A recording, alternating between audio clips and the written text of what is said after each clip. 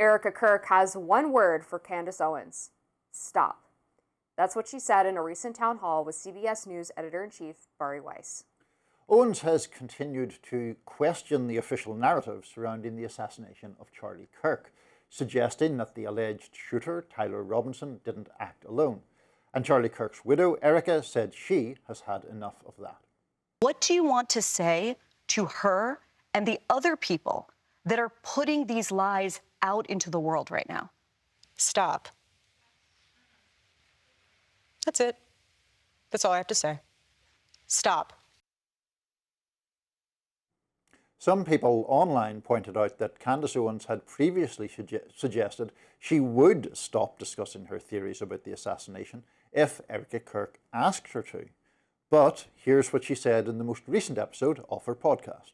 So Erika would like me to stop lying, and I would like to honor that, okay? I can only honor that if Erika is more explicit in terms of what I have lied about. What did I lie about? Owens continues to anger some on the right with her comments as they argue she's hurting the conservative movement that Charlie Kirk and Turning Point USA helped build. Fox News host, or former Fox News host, I believe, Meghan McCain, says what Candace Owens is putting Erika Kirk and the people at Turning Point through is nothing short of demonic. And conservative podcaster Tim Pool says Candace was telling people she hated Charlie Kirk a few months before he was murdered. It's all an act. She hated Charlie and now wants to destroy his legacy. In the same interview, Erika Kirk also responded to people justifying the death of her husband. Let's take a listen. You're sick. He's a human being. You think he deserved that? Tell that to my 3-year-old daughter. You want to watch in high res the video of my husband being murdered and laugh and say he deserves it? There's something very sick in your soul. All right, Candace Owens. Yes. Where shall we start? Well, I'm watching all of this as something of obviously an outsider from the online right, and I'm therefore watching these shenanigans between various prominent figures there with some perplexity. It just seems very peculiar to me, the whole thing, and her continued propagation of, seems to me, pretty wild conspiracy theories about Charlie Kirk's killing. The clip that we played, I did think interesting because she seems pretty blatantly to be moving the goalposts, having previously said that she would stop if Erika Kirk asked her to. Erika Kirk asks her to, and she says, well, yes, let me just add a few more conditions. That doesn't seem very honourable to me, but I'm sure you have many more things to say about Candace Owens than I would.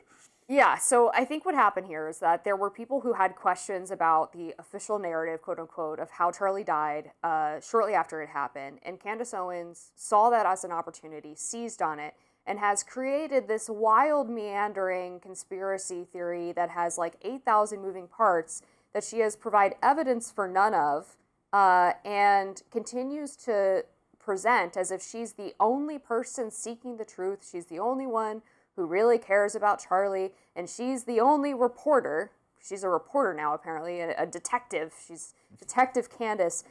She's the only one who can get to the bottom of all of this, and the FBI is lying, Turning Point's lying, Erika Kirk is lying.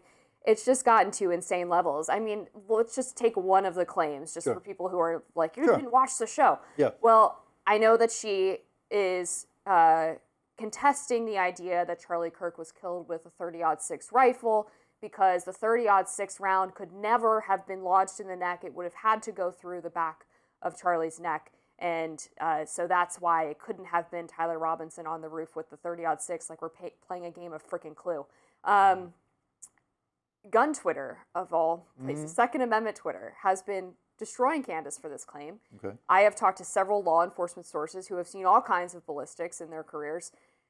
It is absolutely possible that a .30-06 bullet, when fired from an elevated position, could get lodged in the neck. And it's actually not that uncommon. It's not common either, but it's certainly possible. And it's not, something that 100% of the time the 30-06 round goes through the neck, and therefore he couldn't have been shot with this gun. So like that's one of the crazy claims. And then we've got like the Egyptian planes and the office in Delaware. And I just find it interesting how Candace always has all of these sources she has all of these high-level military sources, and this guy Mike is emailing her, and she has all of the evidence, and she's checked his claims, and she can confirm that they're valid, but she doesn't actually explain how she confirmed that they're valid, what evidence she actually has. It's always just, well, they told me this, and I checked it, and I promise you guys it's good. Like, there's no journalistic process happening here, and it's just so frustrating.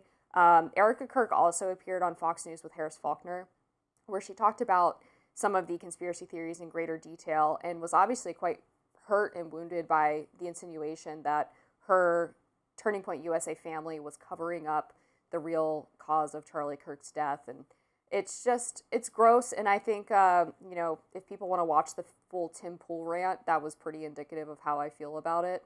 Which is that what she's doing at this point is evil. Yeah, I think that the casting aspersions on TPUSA, with, as far as I am aware, no real evidence, does seem in very poor taste. Now, obviously, Charlie Kirk's views would be diametrically opposed to mine in almost every respect. It's still appalling that he got killed, and I think that the bereavement and grief of those who knew him, and I know you knew him to a degree, is obviously considerable, and that shouldn't be mocked or made light of, and nor should it be exacerbated, as it seemingly has for Erika Kirk, by Candace in particular going around with these pretty unfounded theories that seem to me to be designed to be never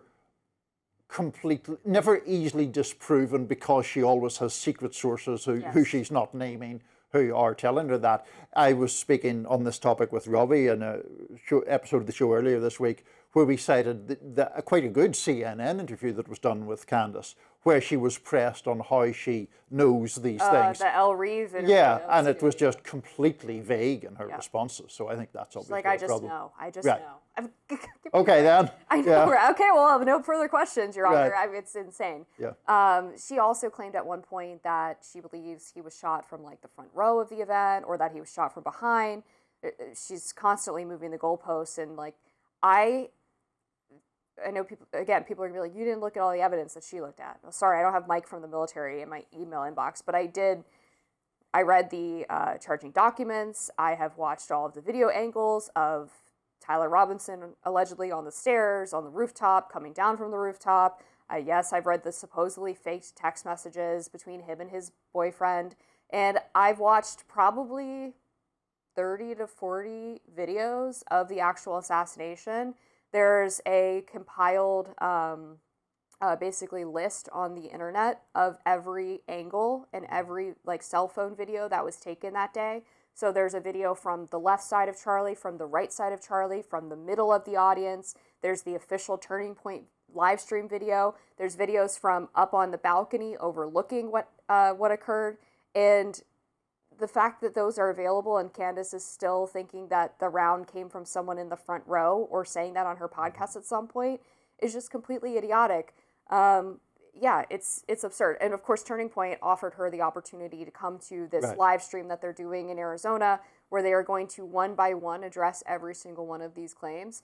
And she responded to the invite by saying, anytime, anywhere, I will be there. I can't wait for this. And then naturally, when they revealed the time, she comes out and says, I can't make it because my husband's family is coming in from out of town and I can't find a babysitter. Or actually, that's during my podcast. Okay, it's during your 2 p.m. podcast that you have spent the last 3 months talking solely about the Charlie Kirk assassination. You now have this opportunity to do probably the biggest event of your career, actually sitting on stage with the people that you believe are covering up the real cause of Charlie Kirk's death, are happy that Charlie died, and you're not going to go to the live stream because that's when you normally tape your podcast? Yeah. What? I know. Yeah, I mean, I think those are all fine points. And I'm curious about a couple of things still in all of this. One, and I don't know if you even want to weigh in on this or not, is it would your best bet be it's a knowing grift, or do you think that Candace does actually have some belief in these things herself? Impossible to tell. I guess. Maybe. Yeah. I don't know. Erika Kirk said on this Fox News interview, pointing out she's making hundreds of thousands of dollars probably an episode. Well, yeah. Yeah. Well, that's what I was. Yeah. There's certainly a grift element to it, but when you hear these projections of how she is like the sole fighter for truth, she's the only one who really cares about what happened to Charlie, and all the people around him were using him and secretly hated him. It's giving narcissist. It's giving delusions of grandeur, and so. Is she just effing crazy? Like, yeah, maybe.